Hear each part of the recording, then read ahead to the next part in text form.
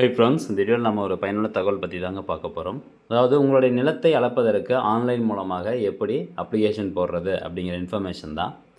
Suppose நீங்கள் online மூலமாக application போட்டோன்னே எத்தனை நாளில் அவங்க நிலத்தை அளந்து காமிக்கணும், சர்வேர் எத்தனை நாளில் வரணும் அப்படிங்கிற இன்ஃபர்மேஷனும் இந்த வீடியோவில் நம்ம பார்க்க போகிறோம். இது வீட்டில் இருந்தபடியே நீங்கள் ஆன்லைன் மூலமாக அப்ளிகேஷன் சப்மிட் பண்ணலாம். சர்வேர் உங்கள் வீடு தேடி வந்து உங்கள் நிலத்தை அளந்து கொடுப்பாங்க. அதுவும் வித்தின் த டைம் ஃப்ரேம், அந்த ஒரு நாட்கள் கொடுத்துருக்காங்க, அதுக்குள்ளே அவங்க அளந்து காண்பிக்கணும்.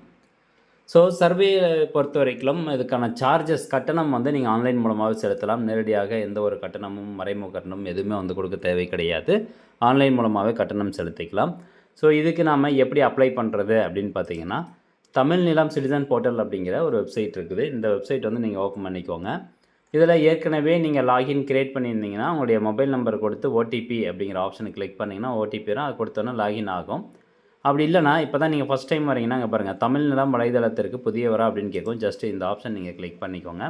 அது கிளிக் பண்ணோன்னா இது ரெஜிஸ்டர் பண்ணக்கூடிய அந்த பேஜுக்குள்ளே தான் போகும். ஜஸ்ட் உங்களுடைய மொபைல் நம்பரு, அதுக்கப்புறம் மெயில் ஐடி, உங்களுடைய பெயர் இது கொடுத்து தொடர்க கொடுத்தீங்கன்னா நீங்கள் கொடுத்த மொபைல் நம்பருக்கு ஓடிபி வருங்க. அதுக்கப்புறம் உங்களுடைய அட்ரஸ், இவ்வளோ தான், வேறு எந்த ஒரு எதுவுமே கிடையாது. அகெயின் ஒன்ஸ் லாகின் க்ரியேட் பண்ணோன்னே இந்த ஹோம் பேஜ் முகப்பு அப்படிங்கிறத கிளிக் பண்ணிட்டு உங்களுடைய மொபைல் நம்பரு ஓடிபி கொடுத்து லாகின் பண்ணிக்கோங்க. லாகின் பண்ண உடனே பார்த்தீங்கன்னா உங்களுக்கு இந்த மாதிரி தான் பேஜ் ஓப்பன் ஆகும். டைரெக்டாக அந்த விண்ணப்பிக்க அப்படிங்கிற பேஜ் ஓப்பன் ஆகும்.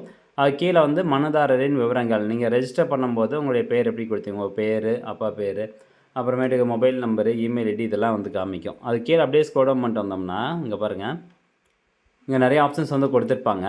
இப்போது புல எல்லை அளந்து காண்பிக்க அப்படிங்கிற இந்த ஆப்ஷன் நீங்கள் கிளிக் பண்ணணும். அதாவது சர்வே, அந்த உங்கள் நிலத்தினுடைய 4 பக்கமும் இருக்குது. மொத்தம் 5 பக்கம் இருக்குனாலும் 5 பக்கத்தையும் அவங்க அளந்து காண்பிப்பாங்க. 4 பக்கம் இருக்குன்னா 4 பக்கத்தையும் அவங்க அளந்து காண்பிப்பாங்க. நீங்கள் ஆன்லைன் மூலமாக அப்ளை பண்ணும்போது அந்த சர்வே நிலத்தில் இருக்கக்கூடிய லேண்டு எத்தனை பக்கம் இருக்குது அப்படிங்கிறத நீங்கள் கரெக்டாக நம்பர்ஸில் போகணும். ஏன்னா அந்த பக்கத்தை பொறுத்து தான் உங்களுக்கான கட்டணம் விதிக்கப்படுது. இப்போது இந்த புல எல்லை அளந்து காண்பிக்க அப்படிங்கிற இந்த ஆப்ஷன் நீங்கள் கிளிக் பண்ணிக்கோங்க. அது கிளிக் பண்ணதும் அடுத்தபடியாக இங்கே கொடுத்துருக்காங்க பாருங்கள், அப்ளிகேஷன் ஃபீஸு 60 ரூபா, பவுண்ட்ரி ஃபீ ஃபார் ரூரல் 20 ரூபா, ஒரு பவுண்ட்ரிக்கு 20 ரூபா ஃபீஸ் 200 ரூபா.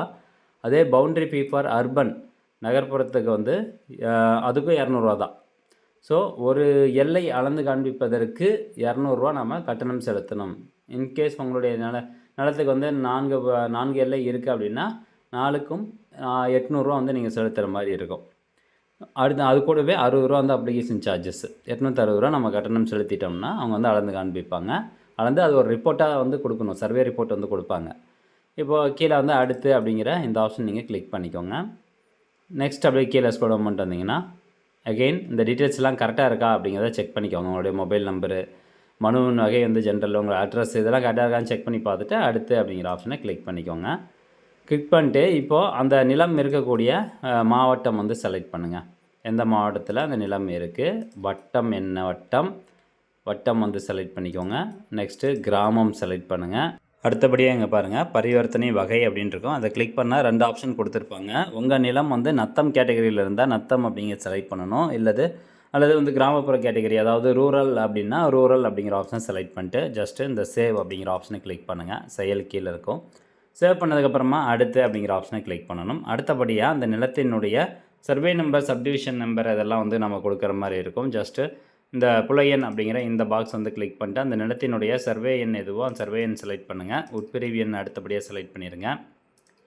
அது செலக்ட் பண்ணோன்னே ஆட்டோமேட்டிக்காக பார்த்தீங்கன்னா பட்டா எண் மற்றும் வரைபடம் எஃப்எம்பி டிராயிங் அப்படிங்கிறது வந்துருச்சு. பட்டா எண் வந்துருச்சு. இப்போது இதில் கான்ஸ்டண்ட்டாகவே 4 அப்படின்னு தான் காமிக்கும் அந்த எல்லைகளினுடைய எண்ணிக்கை. சப்போஸ் அதில் ஏதாவது உங்களுக்கு மாற்றம் இருக்குது, இல்லை அது 5 எல்லை இருக்குது அப்படின்னா நீங்கள் இதில் 5 அப்படின்னு டைப் பண்ணிக்கோங்க. இல்லை 3 எல்லை தான் இருக்குது, 3 பக்கம் தான் இருக்குது அப்படின்னா 3 அப்படிங்கிறத டைப் பண்ணணும்.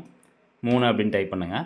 இப்போ இந்த நிலத்துக்கு பார்த்தீங்கன்னா 4 எல்லை இருக்குது, அதனால் நான் 4 அப்படின்னு டைப் பண்ணிக்கிறேன். டைப் பண்ணிட்டு இந்த செயலுக்கு கீழே இந்த சேவ் அப்படிங்கிற ஆப்ஷனை கிளிக் பண்ணுங்கள்.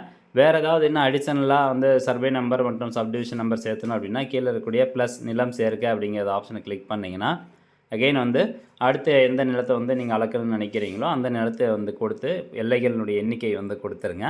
எல்லை எண்ணிக்கை கொடுத்தோடனே இங்கே பாருங்கள், செலுத்த வேண்டிய தொகை ஒரு எல்லை அளந்து காமிச்சாங்க அப்படின்னா 200 ரூபா. அப்போது 800 ரூபா நாம் மொத்தமாக செலுத்துகிற மாதிரி இருக்கும். அதுக்கப்புறம் கீழே பார்த்தீங்கன்னா ஒரு டிக்ளரேஷன் இருக்கும். இதில் நான் பட்டாதாரர், அதே மாதிரி பட்டாதாரிடம் பொது அதிகாரம் பெற்ற முகவர், பட்டாதாரரின் நேரடி வாரிசுதாரர் என்பதை உறுதியளிக்கிறேன். இதில் எதுனா ஒரு ஆப்ஷனில் நீங்கள் இருக்கணும். அது அவங்க மட்டும் தான் அப்ளை பண்ண முடியும். இப்போ வேறு ஒருத்தருடைய நிலத்துக்கு நீங்கள் போய் அப்ளை பண்ணி அவங்களுடைய நிலத்தை இன்னொரு சர்வேயர் வச்சு நீங்கள் அளக்க முடியாது. ஸோ ஒன்று நீங்கள் பட்டாதாரராக இருக்கணும், அல்லது பட்டாதாரர்கிட்டருந்து அதிகாரம் பெற்ற ஒரு முகவராக இருக்கணும், அல்லது பட்டாதாரரின் நேரடி வாரிசுதாரராக இருந்தால் மட்டும்தான் இதை நீங்கள் ஆன்லைன் மூலமாக அப்ளை பண்ண முடியும். அடுத்தபடியாக இந்த சமர்ப்பிக்கவும் அப்படிங்கிற ஆப்ஷனை கிளிக் பண்ணுங்கள். த details cannot be edited again. அதாவது இப்போ நீங்கள் கொடுக்க டீட்டெயில்ஸை மறுபடியும் என்ன பண்ண முடியாது, எடிட் பண்ண முடியாது. அதனால் நீங்கள் கொடுத்த டீட்டெயில்ஸ் கரெக்டு தானா அப்படிங்கிறதெல்லாம் செக் பண்ணிவிட்டு ஓகே அப்படிங்கிற ஆப்ஷனை கிளிக் பண்ணுங்கள். இல்லை டீட்டெயில்ஸ் மாற்றணும் அப்படின்னா கேன்சல் அப்படிங்கிறத கொடுங்க. ஜஸ்ட் ஓகே அப்படிங்கிறத கொடுத்துட்றேன். கொடுத்ததுக்கப்புறமா இந்த மாதிரி ஒரு பேஜ் ஓப்பன் ஆயிரும். ஸோ இதில் டிக்ளரேஷன் இருக்கும். அந்த டிக்ளரேஷன் பாக்ஸை செலக்ட் பண்ணிடுங்க. மொத்தமாக 860 ரூபா ஃபீஸ் பே பண்ணணும். இதில் பணம் செலுத்த அப்படிங்கிற ஆப்ஷன் கொடுத்தீங்கன்னா பேமெண்ட் பண்ணக்கூடிய அந்த பேஜ் ஓப்பன் ஆகும். இந்த பேமெண்ட் பேஜுக்குள்ளே போய்ட்டு நீங்கள் பணம் செலுத்தணும். ஸோ இதான் ஒன்ஸ் நீங்கள் பணம் செலுத்தினோன்னா அப்ளிகேஷன் சப்மிட் ஆயிருங்க. அப்ளிகேஷன் சப்மிட் ஆனோன்னா உங்களுக்கான நம்பர் ஜென்ரேட் ஆயிரும். அது எங்கே நீங்கள் போய் பார்க்கலாம் அப்படின்னு பார்த்தீங்கன்னா மேலே அப்படியே ஸ்க்ரோல் அப் பண்ணிங்கன்னா இங்கே பாருங்கள் நிலை அப்படின்ட்டு இருக்கும். அந்த ஆப்ஷன் நீங்கள் கிளிக் பண்ணிக்கோங்க.